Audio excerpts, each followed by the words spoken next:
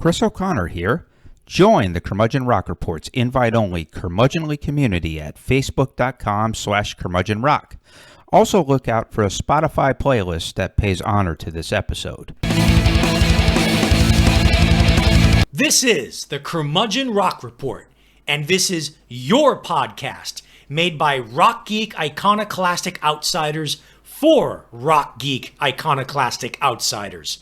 For those of you who lament that rock music has gone the way of jazz and slipped into niche genre status, we are here to keep that flame alive by providing insight, analysis, recommendations, and honest takes, not hot takes. And hey, there's a good chance you'll learn some rock history you never knew before. On this podcast, one of our 4 curmudgeonly tenets is as follows. There's something to be said for quality control, and there's such a thing as being overly prolific.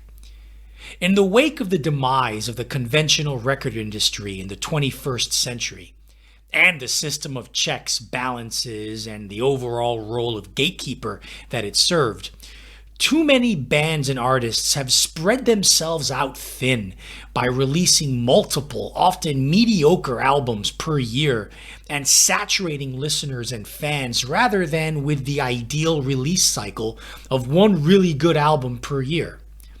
In spite of this, there have been a few super prolific artists from the psychedelic garage punk revival that emerged in the early teens that this podcast has perennially championed.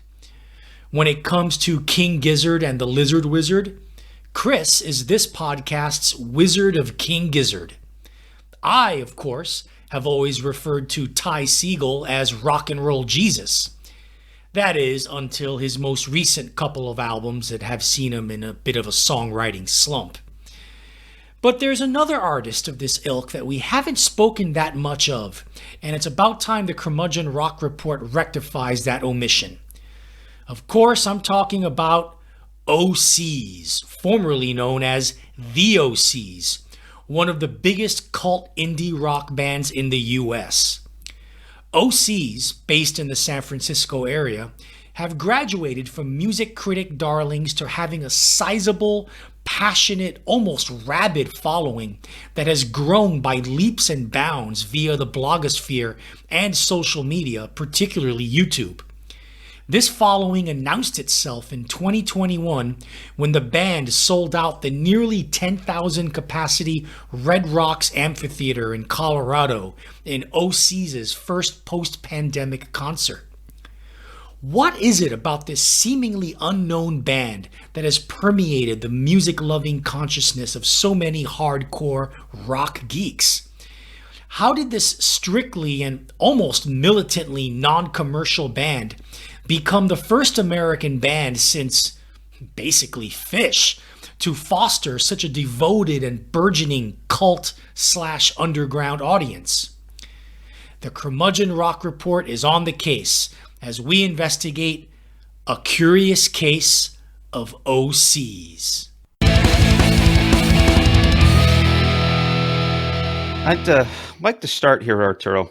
Yeah. When we're talking about this band, which is a really fun and really kind of visionary band, I wanted to share how this band, the Osees, or Osees, describes themselves on the label that Osees founder John Dwyer started called Castleface Records. If you go to Castleface's website and their page on Osees, this is how they describe their own band. Psych punk, psychic warrior, earworm farmer, and possessor of many stamped passport pages, John Dwyer does not let up. His group, his group Osees, aka the Osees, OCS, the Osees, etc., have transmogrified to fit many a moment, from hushed druggy folk to groovy demonic pop chants, to science fictional krautrock expanse and beyond, to suit his omnivorous whims. It is common knowledge, however, that at their shows, you're there asking for a beating. 20 years going, and the shows keep getting more and more intense, as many a soupy swarm can attest. The locked-in Rincon Quattrone drum cops or core propel mass. They misspelled that. Propel masses of strangers to froth and lean into each other as the insistent and repetitive underpinning tumbles nimbly from Tim Hellman's bass. Meanwhile, John ricochets breathy yips and snippets of synth and all manner of guitar heroics around your brain canyons while your reptile instincts yell move. Brainstem body rock meets cerebral expanses, and their now de jour prolifically feeds a labyrinthine garden of well-hewn tunes. I suspect that Dwyer wrote that himself. To me, I still think that sells the band a bit short. I mean, this is not goofy surface level music, right? No, it's not goofy and superficial, but like aesthetically, it kind of nails it. Yeah. That is stylistically pretty much hits every point of what the Osees are about. Yeah, well, especially now. I mean, as they evolve. I mean, he's definitely right about the growing intensity of this band, and so I'm glad we're talking about it. And I just want to make one more point, and then I'll kick it over to you to kind of set us up and why we're doing this episode. I will admit that Arturo has been telling me about this band for 3, 4, 5 years, and it was one of those things where I wasn't necessarily, yeah. I was like, okay, cool, I'll check him out. But then, I would go down my own rabbit holes. And, this included, I had a Charlie Mingus phase, a Kurt Vile phase, System of a Down, Pusha T, old Wu-Tang solo records, Lucy Dacus, et al., et cetera, et cetera, et cetera. And I hadn't really gotten around to this band until a couple of months ago with, their newest record, which we'll talk about in this episode. And so now the last couple of weeks, I've basically entered the Osees Academy, and I'm really digging what I'm hearing. And Arturo, explain to everyone why they should do the same thing. This is a big cult band that many people have probably heard of, but don't know much about, except for the fact that they've got albums and songs like sprayed like shit all over the place. Yeah, they're, like I said, like I said earlier, one of the tenets of this podcast is there's such a thing as being overly prolific, and there's something to be said for quality control. But in recent years, since 2013, I would say the majority of John Dwyer, he's the main guy from the Osees, their output has been consistently great, and in some cases, varying degrees of true greatness. They are they're a rarity right now in rock and roll. They're like an underground, in pure 100% pure indie band that actually has a pretty large cult following that's gotten bigger in the last 6-7 years. Due to YouTube, due to other social media outlets, due to the blog. The blogosphere has been a big reason why Osees have gotten big. But because of that, because of their huge fan base on social media, they really have become one of the bigger. I mean, I'm not quite Fish level cult big. They're not playing 80,000 people in a festival. At least not yet. Yeah, but they are one of the bigger underground cult bands in America that have quite a sizable following, especially online.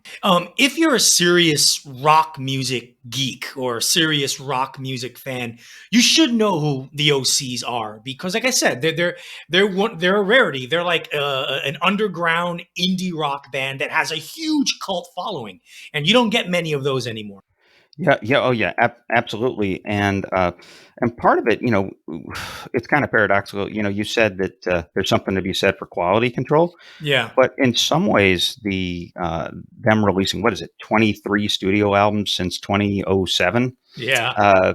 There's something to be said for, if you push a button enough, people will start paying attention.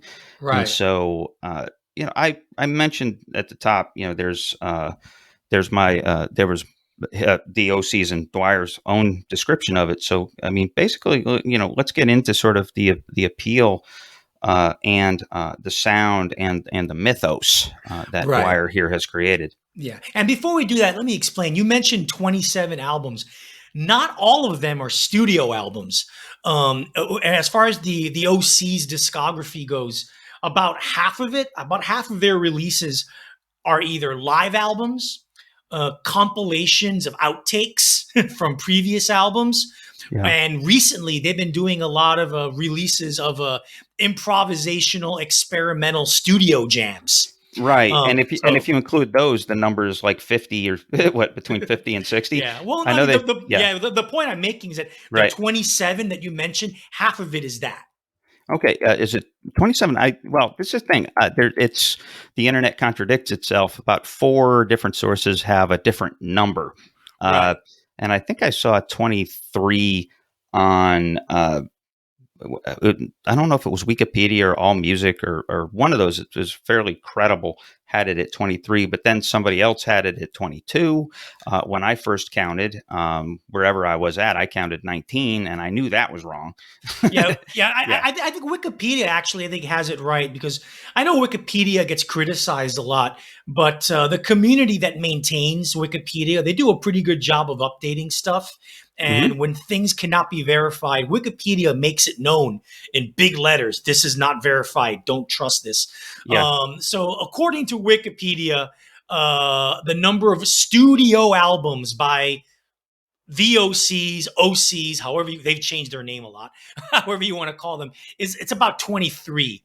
And then add in all that other stuff. It comes. You're looking in the 30s, almost 40. Yeah, and it's funny that you mentioned the name change thing with them. Dwyer. Here's another interview that I found out there on some like weird. I think it's called like Awkward Drunkard or something like that. Yeah. And the interviewer asks him about this. He says, in terms of the names, he says, what's the common thread? It's got a different name every time and different people and makes different kinds of music. What makes it the OCs? And then Dwyer responds, me. And then the interview says, that makes sense. And then Dwyer is like, what did Marquis Smith say? He says, and the interviewer says, if it's me and your granny on bongos, it's still the fall. Right. And Dwyer is like, I always loved that. I met that man. I wouldn't put us in the same boat exactly, but I would say that if I'm doing it, it's the OCs. And then the last thing is the interview says, why do you change the spelling all the time? And Dwyer says, because it seems to aggravate the press, which to me is great. I have nothing but contempt for the music press. So it's just great to me. They're like, you changed your name again? And I'm like, that's right, bitch. So I wanted to share that. Dwyer seems like a real character. He's kind of like your stoner neighbor dude who just hasn't changed, even despite, quote unquote fame. Right. So. Right. Oh, totally. And for all of you out there who are wondering, where the hell's the parallel universe segment? Yep. Guess what, folks? We're doing a very special exception for this episode. We are leaving the parallel universe segment for the very end of this episode because we will finish this episode with a parallel universe review of Osees' latest album, A Foul Form. And we're kind of straddling the parallel universe to begin with. Yeah. Because they're a big band, but they're not a Billboard band. Right. In the PU, they should be a Billboard band. So exactly. In the PU, they would be, maybe not quite Grateful Dead or Fish level, but they would be playing much bigger venues than they are now. And Dwyer would have made the cover of Rolling Stone by now. Okay. So, yeah, exactly. And so that said, let's start talking about the music and their origin story. Arturo, I know that you've studied them a lot over the years. Tell us about John Dwyer and tell us about the germination of the Osees. Yes, this is as brief as I can make it. Yeah, I was going to say brevity is not a big thing for Dwyer, so go ahead. Yeah.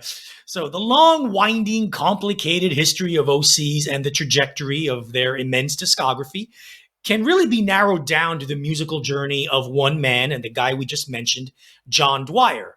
1 year older than yours truly, Curmudgeons. He was born in Providence, Rhode Island in 1974.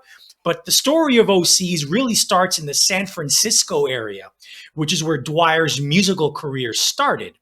While kicking around in bands by the name of Pink and Brown, Ziegenbach Kopf, and Coach Whips, Dwyer started releasing songs on indie label compilation albums under the name Orinoco Crash Suite. way back in 1997. Eventually, he settled on the moniker OCS as the primary outlet for his solo work. The first album under the name OCS was simply titled One, as in number one, came out in 2003 and was centered around Dwyer playing solo acoustic songs. The next OCS album, simply titled Two, came out in 2004 and was primarily experimental noise tracks. OCS finally became a band when John Dwyer added a drummer, and the duo proceeded to play the rudimentary lo-fi bash-out garage rock that Osees would initially be known for. This version of OCS put out 2 albums, Songs About Death and Dying, Volume 3, and OCS 4 Get Stoved, both in 2005. The addition of Bridget Dawson as backup vocalist and keyboardist would make the band a trio, and they changed their name to The Definitive Article, THE, Osees, one word, OHSEES. This is important, as we'll see later on. Yep. They released an album in 2006 called The Cool Death of Island Raiders, produced by Dave Seatek and Kip Malone of TV on the Radio. Go figure. Honestly, the album is kind of a piece of crap filled with tuneless folk dirges and experimental drone bullshit. Anyway, Petey Dammit would make the band a quartet by playing an electric guitar fed through a device to make it sound like a bass. They changed their name again to The Definitive Article, THE, OOH, space, Sees, SEES, and put out Sucks Blood in 2007. Finally, in 2008, John Dwyer settled on the name The Osees, THEE, space, OH, space, Sees, SEES, the name the band would have for the next 8 years. And this is what they became known as. And if you're wondering if Dwyer smokes a shitload of weed, yes, and that's one of the things that proves it. The band's music also started to solidify as well as expand, coagulating into this slightly psychedelic garage punk sound that would put them at the forefront, really, of a movement that many underground bands and artists throughout the U.S. would embrace in the next decade. Dwyer's songwriting evolved as well, with strange yet catchy hooks and idiosyncratic melodies swirling around VOC's sonic stew. The band would prove to be very prolific for the next several years, as well up until their critical breakthrough in 2013, which we'll discuss soon.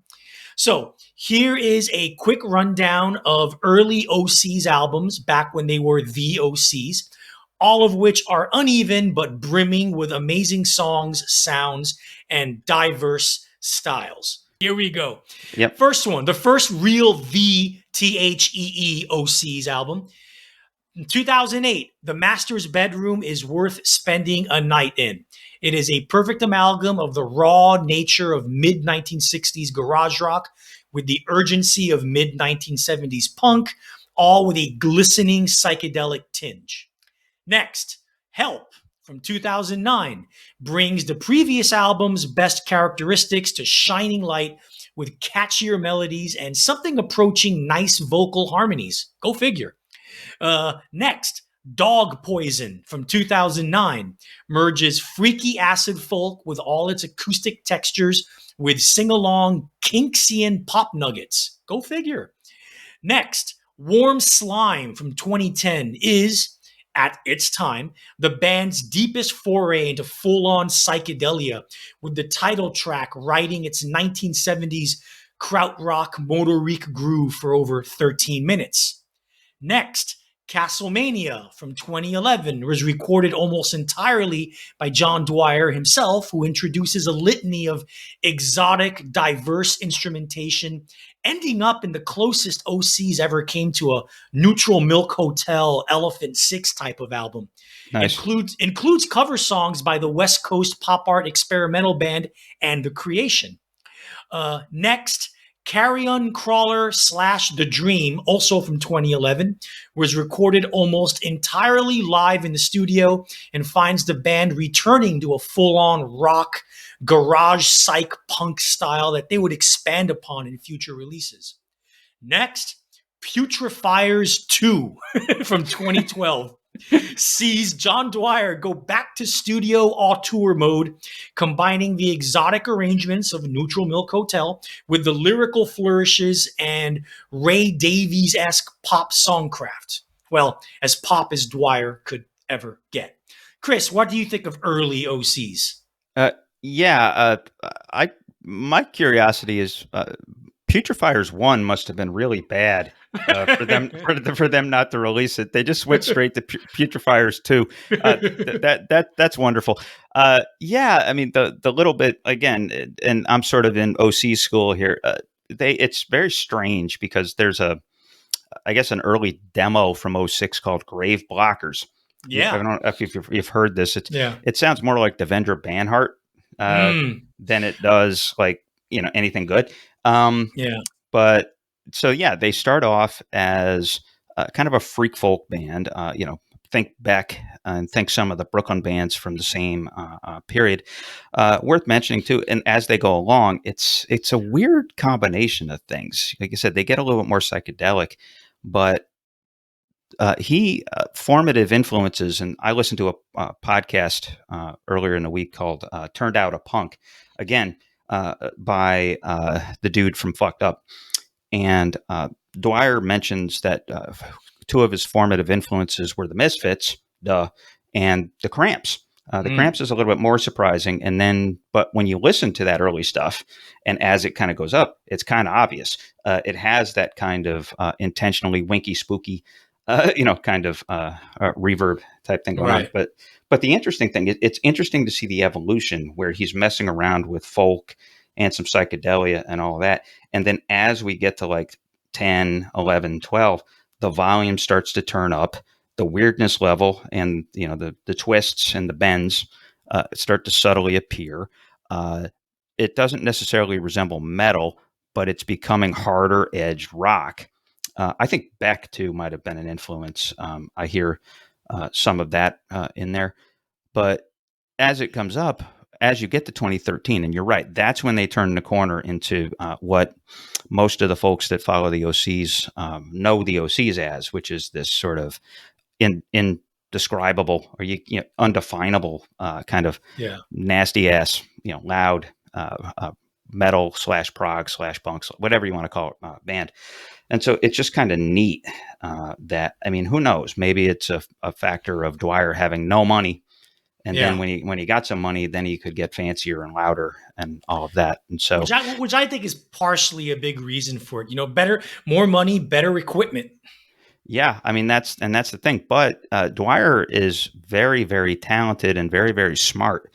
And so he's this kind of guy that like, oh, okay, well, this interests me. Well, let me play with this. And like you said, there's some Kinksian stuff. And so there was that period. There's an album from 2014. Which basically is like you said, it's as bubblegum as they get, as the Osees get. And so, it's he's a guy that has many, many, many influences, and he picks up influences as he goes along. And that kind of explains some of the shifts and some of those things. And I get the sense because I've heard podcasts, I've read interviews. He's kind of a guy who lives in the moment. Yeah. I wouldn't call him ADD, but he has this kind of fuck off. I'm going to do this next. And you can't put me in a corner. I'm just going to do this. Like you said, not just fuck with the press, but it's almost like, hey, my fans, expect me to do, what's the next curveball? Okay. Right. Well. See, here's the thing. That freak folk that you're talking about came really early in Dwyer's career, sure. Or really, really early Osees.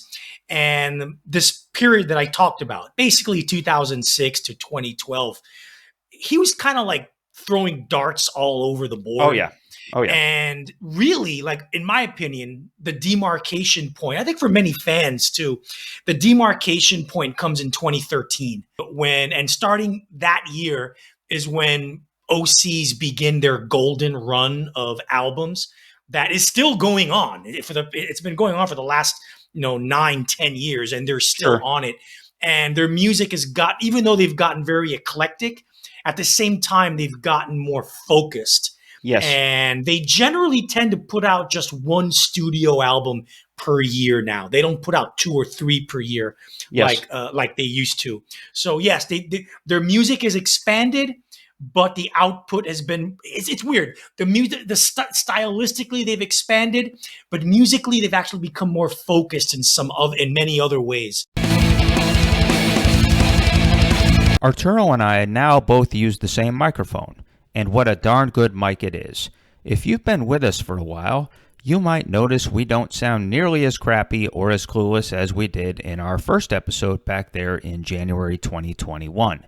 We're maturing, man. If you have any inkling to launch your own podcast, we recommend using the Ars Technica 2100X USB. It's a high-quality cardioid mic that helps limit ambient noise and echo, and also gives a richness to your voice that you just won't get from a cheaper model. And its USB attachment allows you to record conveniently using your laptop and software like Zencastr, the excellent program we use to record ourselves natively from Texas and South Korea. It's as close to a super souped up XLR system you can get for about $100. Find this Ars Technica gem on Amazon, or perhaps ask a locally owned music store to send you in a more indie direction. And now we will begin, for the listeners out there who are unfamiliar, the Curmudgeon Rock Report will give you an Osees primer of which albums to listen to. So, Arturo, I'm assuming you've heard of this little movie called Shawshank Redemption? Oh, yeah. Yeah, as has every person on the planet. Well, there's one of the more famous lines in that when the Tim Robbins character escapes from prison. Morgan Freeman's character in voiceover says he had to swim through a river of shit to come out clean on the other side. And that's kind of the exercise that at least I did or am doing right now. You got to swim through all of it to find the beautifulness of it. And that's what I did. That's kind of what we're doing. And so here are the shining monuments that define the Osees. Arturo, kick us off. Like I said earlier, we'll start with the album that really begins the Osees golden period, Floating Coffin from 2013. This album represents the first of several things for John Dwyer and the Osees. At this point, they are the THEE space OH space C's SEES.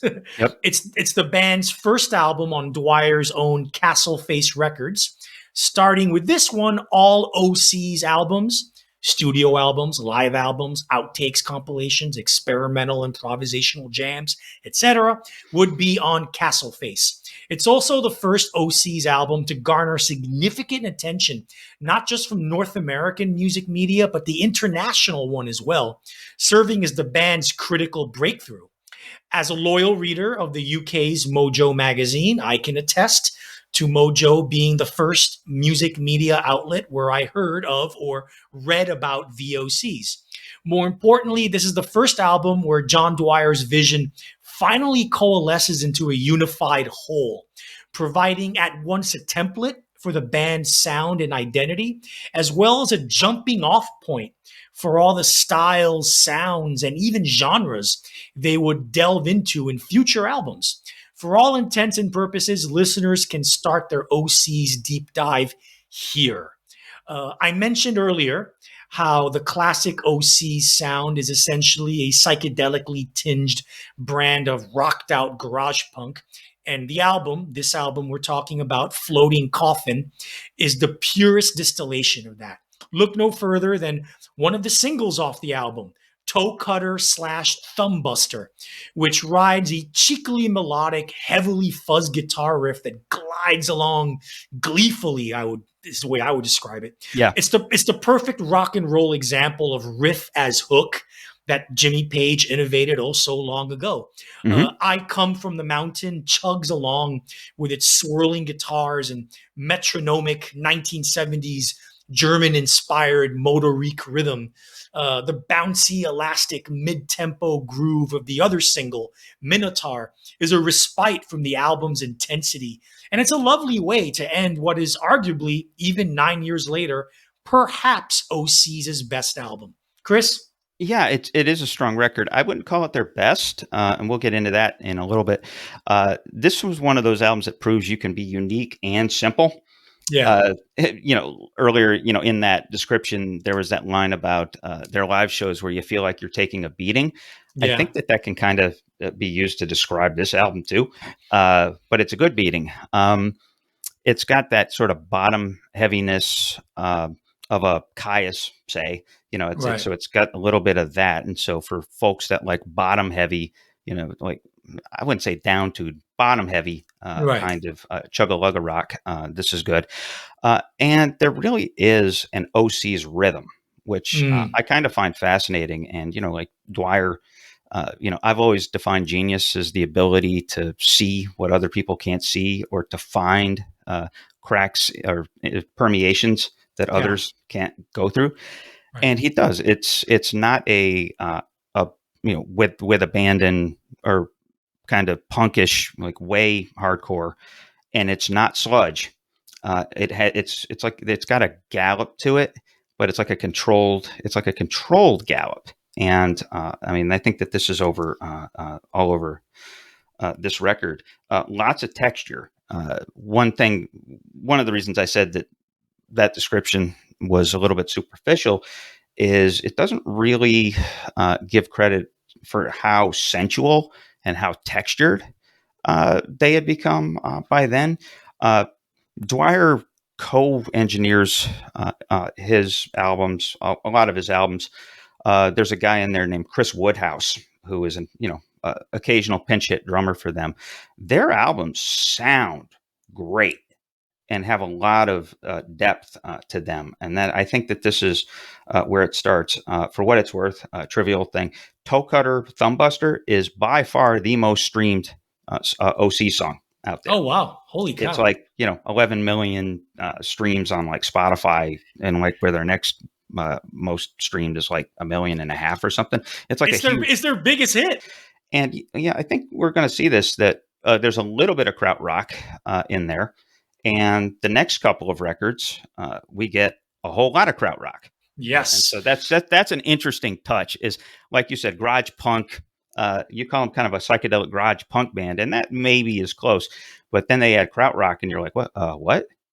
Right. Yeah.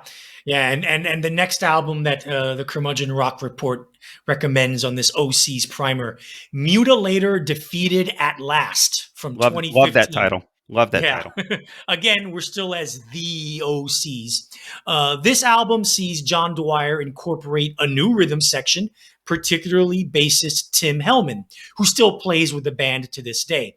This change in lineup must have inspired Dwyer sonically, because Mutilator Defeated at Last sees the OCs tone down their trademark fuzzy lo-fi sound for more clarity, spaciousness, and most importantly and strikingly, a much heavier, gnarlier guitar sound that lends the songs a darker, more ominous tone than anything the OCs had done before.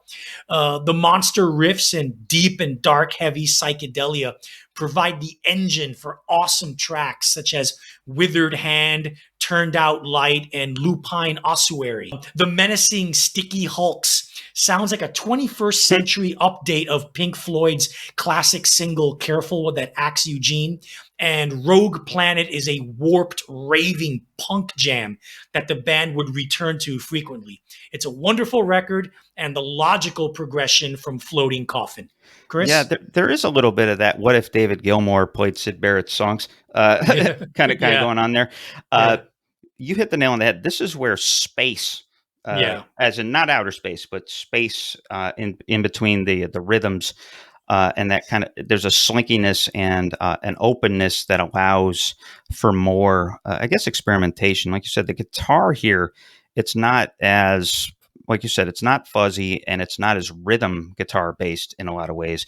Like the opening song, Web, I think is it's the quintessence in some ways of this period, or the Osees as we know them, because it's got this sort of almost sexy kind of thing going on with the guitar, kind of this almost like a heavy guitar wail, like almost like a deep toned guitar wail with these sort of like weird, like obviously like San Francisco, London era, both that sort of kind of stuff that you used to get in there, and so he's playing with that, and believe it or not, this is a one drummer record.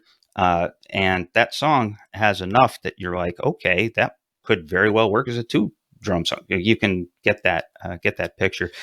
But a very evocative record. And one thing to mention here, the Osees have some of the best album covers I've ever seen. They are one of the best. Basically, most of it is like D&D, Lord of the Rings fantasy type shit. Right. But this one, I mean, it's a little, goes to these guys. As far as I know, Dwyer, sometimes he was a visual artist around the same time that he got into punk and other stuff. It's basically depicts a germ with a body. It's like a germ in a suit carrying a gun that might as well be in like an intestinal tube. And it's kind of like, that's viscera.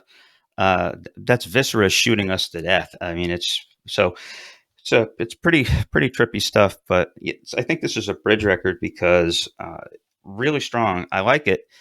And again, you got to remember, folks, this is sort of a half-learned perspective. This is sort of on a couple of listens and first impressions. This really sets up what I think is their best record from the next year. Exactly. And it just sort of, it turns it up a notch. And so we get the slinkiness and the sensuality and the kind of the pullback on the fuzz riffs. And then it goes, not just kraut, but like prog kraut. So let's, anything else to say about Mutilator Defeated at Last before we move on? Nope. Pretty much said it all. And you set it up for the next album. 2016, A Weird Exits. Bring on the double drums. Yep. Yes, this is the album where John Dwyer introduces the band's now vaunted double drummer lineup. You can find well-filmed live performances on YouTube of the Osees in 2016, where they're just a bare-bones quartet of two drummers, bassist, and Dwyer on Wildman vocals and even wilder guitar. They demonstrate how incredible the Osees were as a live band by this point, and still are to this day. The two drummers idea is a masterstroke, really, for in the first half of the album, A Weird Exits takes the heavy metal riffs and punk rhythms plus psychedelic sound to maximum overdrive with tracks such as Ticklish Warrior, Plastic Plant, and Gelatinous Cube. Gelatinous, by the way. On the second half, the heaviness turns moodier, slower, and more introspective as it closes with the haunting, nearly orchestral feel of tracks such as Crawl Out from the Fallout and The Axis. Not only was this album a mass critical success, making it onto countless music media outlets and their best of lists for 2016, but it was a rather substantial commercial success. Or as commercial a success as an underground rock band can have in the 21st century, by hitting the low ends of the charts in several European countries, as well as the US. Basically, the Osees went from music critic darlings to a band beloved by hardcore music geeks, especially with word of mouth spreading in the blogosphere and social media outlets such as YouTube. The period of A Weird Exits is where the hardcore cult of Osees begins. While it is in my top 3 of Osees albums, it's many people's favorite as well as it is a common entry point into the sonic soundscape of John Dwyer. Chris? Yeah, I think that this is just a really efficient, really strong, really compelling record. I mean, it's accessible. Now, it's not as immediately as accessible as an album we'll talk about in a little bit, but it has that sort of accessibility and kind of Dwyer at his songwritery best. And to a point you made, this is where the band can like segue into a cello driven song there at the end, and you're not blinking. It's like, okay, that's Osees. It's that got that sort of, kind of, again, that slinkiness, sensuality, sexiness, whatever you want to call, at the bottom, and that depth. But you're like, okay, but I kind of had that experience 2 or 3 songs earlier. And I really think there's a streak in this record that I think is incredibly strong, and that's it's a groovy post-punker, Plastic Plant, which I think is the best song on the record. It is, if there's such a thing as like psychedelic kraut, that is a perfect example. Followed by Gelatinous Cube, which you talked about, which is like a really fun song. It's just, it's almost like it's almost like hopscotch. And it's great. And then the next song, it's a jazzy bopper, Unwrap the Fiend Part 2. I think it just sort of shows the shifts that they're capable of. One thing worth mentioning here, by the way, is Dwyer in interviews, when he talks about what used to be his San Francisco scene. He now lives in Los Angeles. He got priced out of San Francisco, motherfuckers. But a big influence on him is Deerhoof. They're contemporaries of his in the San Francisco scene. And you remember Deerhoof, right?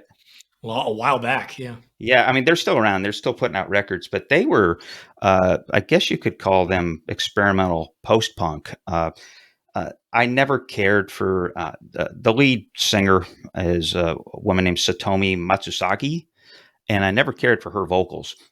They were kind of bordering on Yoko annoying, but the rest of it was really, really strong. And this record has some of those sort of slowed down, almost punkish, post-punkish, but sort of with the kind of the exotic instrumentation, kind of creeping up here and there. I mean, Deerhoof broke out in 2003 with the album Apollo.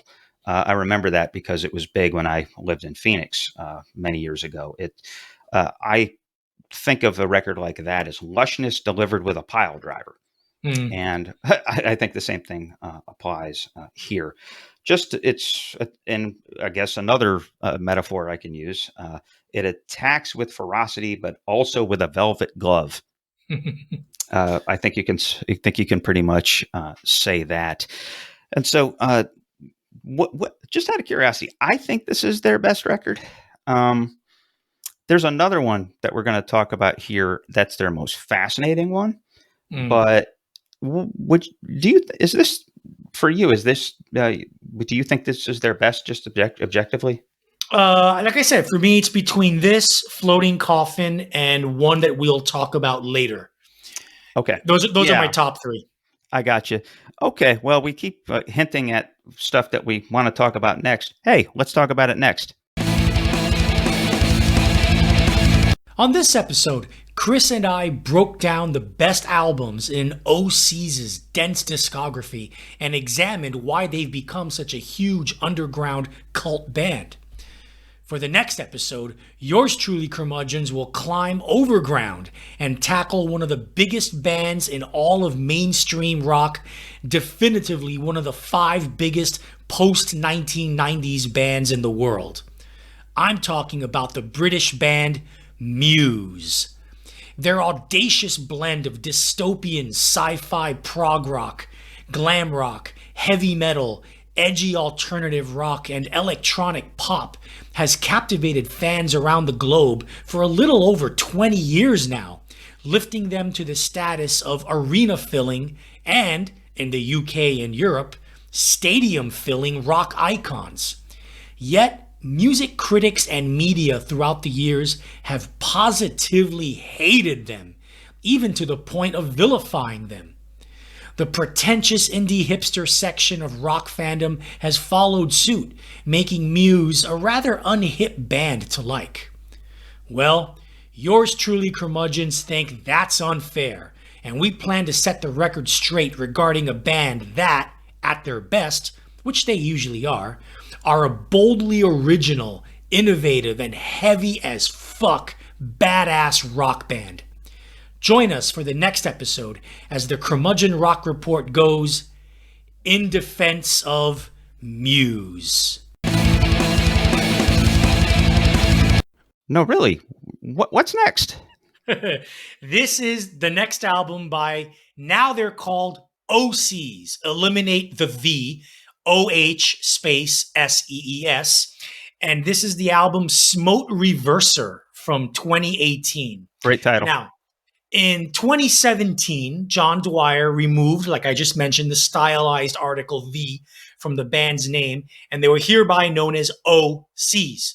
They also released an album called Orc that, while garnering some initial praise resulting from the momentum generated by the career-defining A Weird Exits, really wasn't that good. Overall, the band sounded tired and the music sounded recycled. And Dwyer, as a songwriter, seemed to have hit a dead end with the sound and style that he had crafted the previous couple of years. Well, Osees would remedy that in a hurry with the sprawling progressive rock epic Smote Reverser in 2018.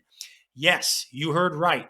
Prog rock, but with a twist. Imagine the keyboard and organ-infused sound of early 1970s bands like Yes and Peter Gabriel-era Genesis, filtered through the intensity of gnarly garage punk with some heavy metal guitar riffage slapped on top. It is a deep, dense, thick, yet spacious monolith of a record that rewards repeated listening. The 12-minute anthemic Aggressor turned heads at the time, not only with its lengthy runtime, but also with how long John Dwyer could improvise strange sounds out of his guitar for an inordinate length of time. Enrique el Cobrador and the simply titled C sound exactly like what you would expect if someone slapdashed together an amalgam of Osees and Yes with the former and Osees and King Crimson with the latter. Very little, though, prepares the listener for the all-out thrash metal meets hardcore punk onslaught of Overthrown. My favorite song on the album. The album ends with a trio of mid-tempo groove jams that act as a balm for the intensity of the album's first half, and it's all the better for it. In my opinion, Smote Reverser is the most underrated in Osees' catalog. And guess what? It's the most commercially successful, quote unquote, that they've had to date. It hit number 1 on Billboard's Heatseeker album chart and number 99 on the overall Billboard album chart. How about that? Yeah, they made it to the edge, the very edge of the mainstream, which I guess doesn't surprise me because, like you said, A Weird Exits is what kind of introduced them. Fuzzy Yes is a good way to describe a lot of what's going on here. Yeah, I would say beyond Enrique El Cobrador, which is just so much fun, my favorite song on this record, well, there's Anthemic Aggressor, which again is just kind of wild and fun, but I like Nailhouse Needle Boys. Because that's like, what would you call that? That's almost like Yes, and I don't know. It has a bop to it. It's almost like dance Yes. You know? Yes, you can dance to. In other words, fish. Yeah, I guess, but done with like more more bass and sort of more traditional like metalish instrumentation. Yeah. And so it's kind of like it's like dance Yes, and Dwyer's not much of a vocalist, and I think he does it intentionally. His vocals are often wispy and kind of intentionally echoey and under the mix. But right. I think here it works as an instrument. It like draws you in. This album and the next one, there's a certain hypnosis to them. Yeah. This record clocks in, no joke, at 59 minutes and 59 seconds. And knowing the stonerness, I wouldn't be surprised if that was intentional. Yeah. Well, Chris, you mentioned hypnosis. For me, it's expansion. That's what I would describe it. And the next album is an expansion on Smote Reverser. And the next recommendation by the Curmudgeon Rock Report is 2019's Face Stabber.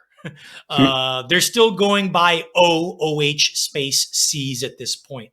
Now, alas for a band as ambitious and prolific as Osees, it was inevitable that they would put out the ultimate ego-stroking venture of all self-respecting rock bands, the double album. Yep. At least to this curmudgeon, double albums are usually reserved for some artists' bands' most ambitious, impressive, and enduring work. And with Face Stabber, John Dwyer and company delivered a record so expansive that it made the previous year's Smote Reverser seem like a short, concise album by the Chats by comparison. No shit. And expansive it is as Osees continued on their progressive rock meets heavy metal guitars trajectory by dipping that hybrid in a great big vat of jazz fusion, particularly of the early 1970s Miles Davis, John McLaughlin variety. Each disc of the double album has massively long jams, with Scutum and Scorpius clocking in at over 14 minutes, and album closer Henchlock coming in at an epic 21 minutes. If that's off-putting to some of you music listeners out there who like short poppy songs, it shouldn't be. The lengthy tracks are trippy, hypnotic, there's that word again, and fascinating in a stoned out of your mind, looking at a lava lamp kind of way. Well, at least to me, that's always a positive thing. Nevertheless, if you're yearning for Osees' patented, rocked out, psych garage punk sound, Face Stabber does not disappoint there either, as both discs carry prog rock tinged versions of that style. Disc 1 has the title track, The Experimenter, and Golu to satisfy that thirst, while Disc 2 has the album's two singles, Poison Stones and Heartworm. I love me some epic, grand scale, sprawling double albums, and Osees' Face Stabber is, to me, one of their three best albums. Chris? Yeah, the two drummers are the stars of this record in a lot of ways, but also, like I said, Dwyer's mind. First time I listened to this record, I was really tired, kind of half asleep on my couch with headphones on, and that's an experience. It's the kind of thing. It's out of space, baby. And yeah, it's really ambitious, and I would say, I don't know this for sure. I mean, I haven't seen this in the press, but you see this in movies sometimes. You know, even directors that have modest success they're allowed like a vanity project. It's like, you know, you've earned the right to kind of have a vanity project. This might be Dwyer's kind of like, okay, you know, I had the last two records put me on the map. Now I'm making real money touring. Now I've actually made like real royalties on albums. What the hell? I'm going to make a monster, and I'm just going to do, you know, this. And so it kind of feels like that in some respects. And, you know, you mentioned it's an 80-minute record. It's basically like, seriously, it's almost like one of those old Tool records that if they had all the space in the world to fill on a CD, they filled every single second. So it's kind of like that. Now, hearkening back to that blog interview that I mentioned before with Dwyer, they're asking him about going longer and going weirder. And this is a quote from Dwyer. He says, quote, "I love long form jams. I love Collective and Can, even Iron Butterfly. Any long jam. I'm all about it. I never understood it, but people complain to me about two pretty dumb things all the time. People are like, why two drummers? And I'm like, how the fuck can I answer that question? That's like, why do you fuck so good? And I'd be like, I don't know. Let's have it the other way. Why not two drummers? But also like, why are some of the songs so long? And I'm like, well, obviously this isn't for you. If you don't want to sit down for 20 minutes and veg out, then I don't know what to tell you. You're not my kind of person. Nice. Yeah. And so in other words, fuck off. Yeah, exactly. I mean, Dwyer, because, you know, Dwyer is prolific in terms of interviews and availability and all of this.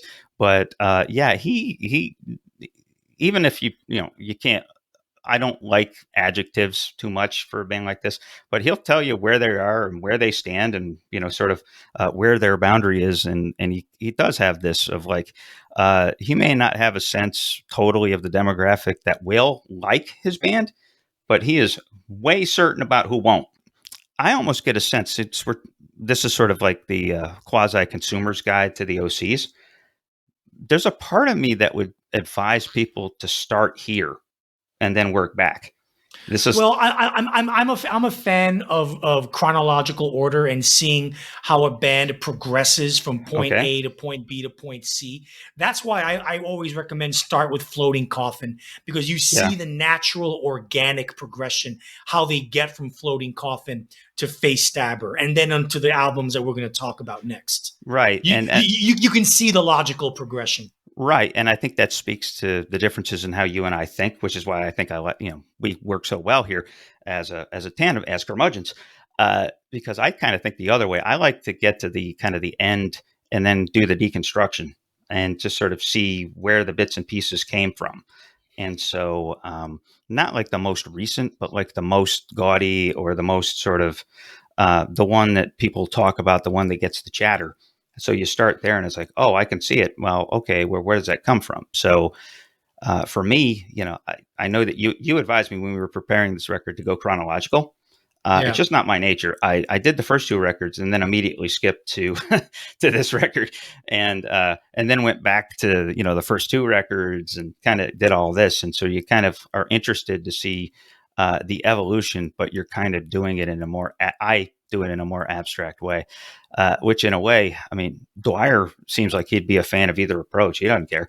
He's like, hey, enjoy my music any way you want. So that's kind of the cool thing about it. And so now we've had these two kind of proggy, kind of grand production records. And so at some point you're like, yeah, I kind of miss 3-minute songs. So what do I do next? That's where the big scale back comes. And it comes with the album Protean Threat in 2020. Protean spelled Protean. And this album came out in 2020. And in the pandemic year of 2020, as I said, John Dwyer not only changed their name again from OH space SEES to Osees, just one word, OSEES, the name they have to this day. But they had to cancel the huge tour they had in store for that year due to the COVID-19 outbreak. It's a shame, too, because the album they released during this year was a perfect album to tour behind and play songs from. Protean Threat essentially took all the sonic experiments and stylistic ventures of the previous 5 years, the psychedelia, the garage rock, the punk rock, the heavy metal, the krautrock, the progressive rock, the jazz fusion, and condensed them all into a tight, concise, punchy power packet of short songs. Tracks like Dreary Nonsense, If I Had My Way, and Scramble Suit 2 attest to Dwyer's newfound love of economy and brevity. It's a terrific little nugget of an album, and in a weird way, like 2016's A Weird Exits, it's a nice entry point into their band's recent musical evolution up to that point. Chris? Yeah, it's certainly their tightest record. I think it's certainly it's their danciest record. It's their if there's such a thing as like funky OCs, it's their funkiest record. It's actually kind of funny. Like some of the stuff on here is kind of evocative of like some of the early Red Hot Chili Peppers kind of stuff. With that kind of like wicked sort of muso bounce. Right. That those guys would get, and I'm even talking like going back to Hillel Slovak period. Chili Peppers. Like I think the song that catches my fancy on the two of them in a row, Upbeat Ritual and Red Study.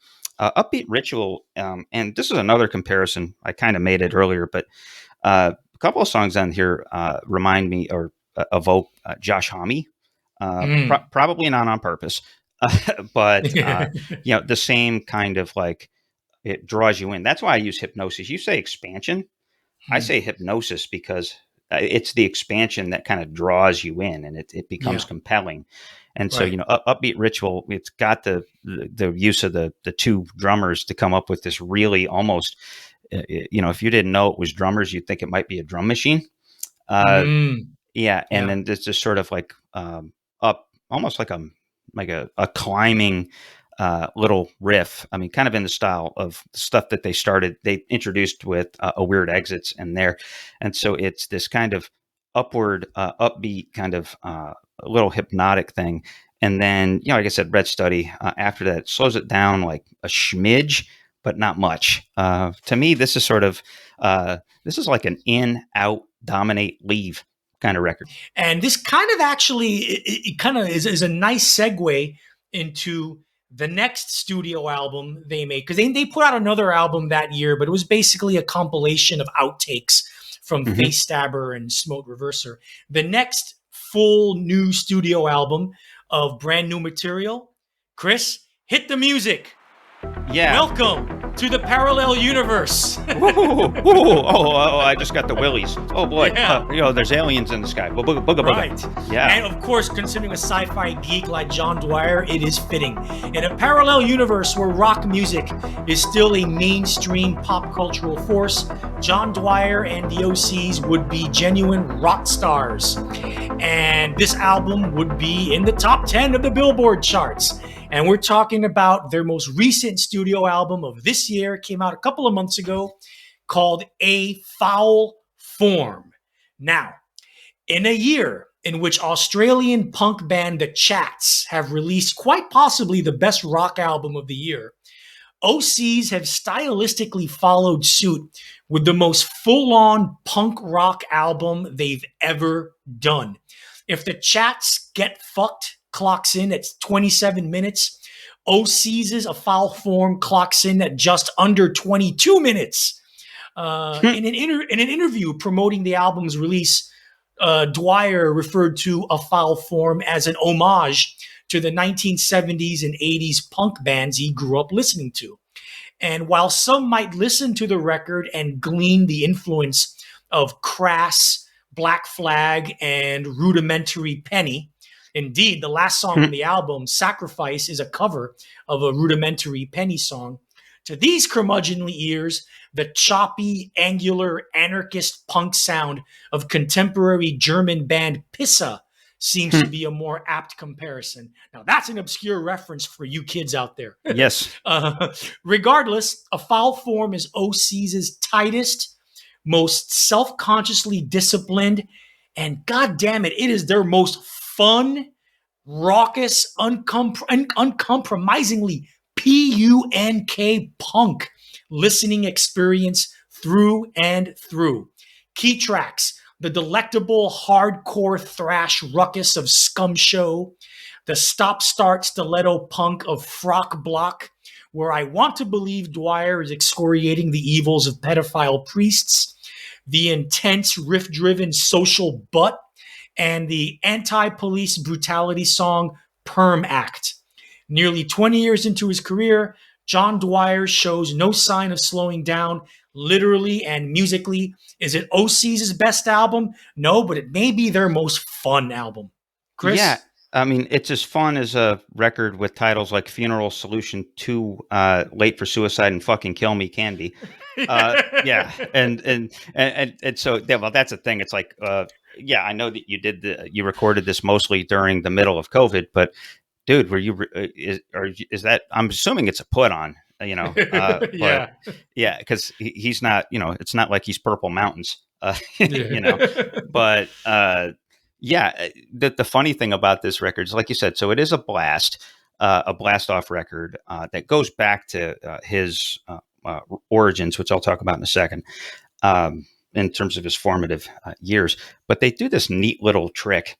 They do it in the beginning, and they do it like one or other times. So they start this song, or they'll start the album with 17 seconds of this like really like weird, kind of gnarly, cool, like almost grating feedback. And so based on the last three records, you're expecting like bong, boom, boom, like that. Instead, you get bum, bum, bum, bum, bum, bum, bum, bum, bum. So it's kind of funny. It's almost like he's fucking with his fans. Yeah. But yeah, and so back up. He grew up in Providence, Rhode Island, and he went to a Catholic school in Pawtucket, which is like about as like rebel rebel forming as you can get. He talks about in several interviews how it was punk that saved him from AC/DC. And he was kind of came up and was a member of I don't know, maybe not as a musician, but as a member, a fan of the all ages hardcore scene there. Which the bands on the floor and that type of thing. And then so it was punk where he kind of started and kind of really that drew him in and pretty much probably made him want to be a musician. Kind of saved him from the boredom of, like regular, like, hey, I'm going to Catholic school to be a good little Catholic boy. No, fuck that.